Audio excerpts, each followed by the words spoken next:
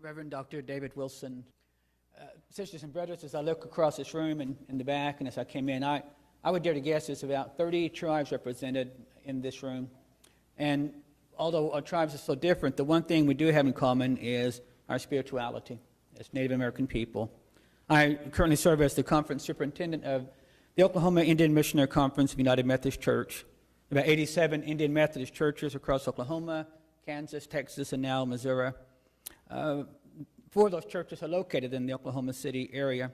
Our existence began long before the tribes. Our tribes were removed to Indian territory. Before removal, Cherokees, Choctaws, Creeks, Muskogee Creeks were visited by Methodist evangelists who converted many of our people to Christianity and to Methodists. And so at that time, our people began doing what Methodists do. We began to create churches in those home states. It'd be about 2 years later that the government would forcibly remove all of our people to Indian territory. But one of the very first things those men and women did, facing death, starvation, persecution along that journey, when they arrived in Indian territory, was to create Methodist churches. So if you travel in the far southeastern part of the state, in northeast Oklahoma, you will see Methodist churches that have been in existence for over 180 years. We indeed, as I remind my sisters and brothers across the Oklahoma Conference, that we are the mother church of Methodism for the state of Oklahoma. So we're a people proud of our spiritual heritage, our lives as ceremonial and Christian people that contribute greatly not just to this state, but to Oklahoma City.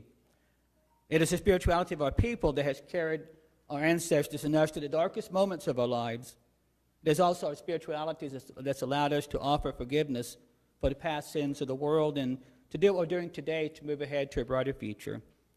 As I looked across this room today, all of us gathered from all nations, all places, I'm reminded what a diverse and beautiful tapestry, spectacular people of God's beauty, a small reminder how beautiful God must be. God's creativity that made this world what it is today. People created in the image of God. As a pastor, I have to throw in the scripture, 1 Corinthians chapter 12. The Apostle Paul, who was attempting to work on unity, said, so that there should be no division in the body, but its parts should have equal concern for each other. If one part suffers, every part suffers with it. If one part is honored, every part rejoices with it. Oklahoman and Cherokee author Bernard Strickland writes in the last chapter of his book, Indians in Oklahoma, Sisters and Brothers, published in 1980, listen to these words. And he says, how can we learn what the Indian has to offer?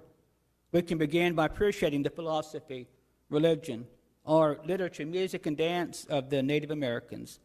But the basic question is, when will we recognize Oklahoma's Indian religions, philosophy, literature, and a large body of Native painting, poetry, and prose?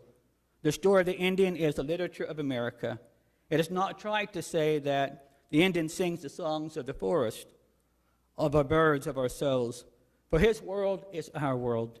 He is America, and he is American. Thank you, sisters and brothers, for your time, and I urge your vote for this proposal. Thank you.